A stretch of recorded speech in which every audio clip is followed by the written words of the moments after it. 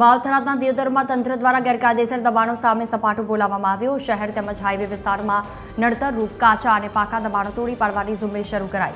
જો કે તંત્ર દ્વારા માત્ર નાના દબાણો સામે જ કાર્યવાહી કરવામાં આવી હોય, મોટા માથાના દબાણો યથાવત રહ્યા હોવાના ગંભીર આક્ષેપો ઉઠ્યા। સ્થાનિકો દ્વારા હાઈવે પર ફૂટપાથ અને અડચણરૂપ મોટા દબાણો સામે પણ સત્વરે કડક કાર્યવાહી કરવાની ઉગ્ર માંગ કરવામાં આવી રહી છે।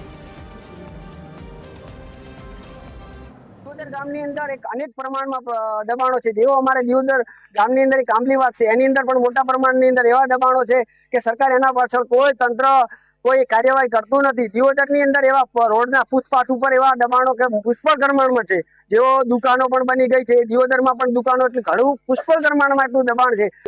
તો આ કોકને વાપરવા માટે કોકનો સારો બંડો કરી અને કોકને વાપરતા હતા, પ્રસંગ કરતા હતા, બધાને વાપરવા મળતું હતું, છતાંય દબાણ કરી અને તોડી ફોડીને રમણ ભમણ કરી નાખ્યું। ત્યારે હું એમ કહેવા માંગુ છું કે બજારની અંદરમાં આખી દબાણ્યો છે, સોસાયટીઓમાં દબાણ્યો છે, હાઈવે ઉપર દબાણ્યો છે,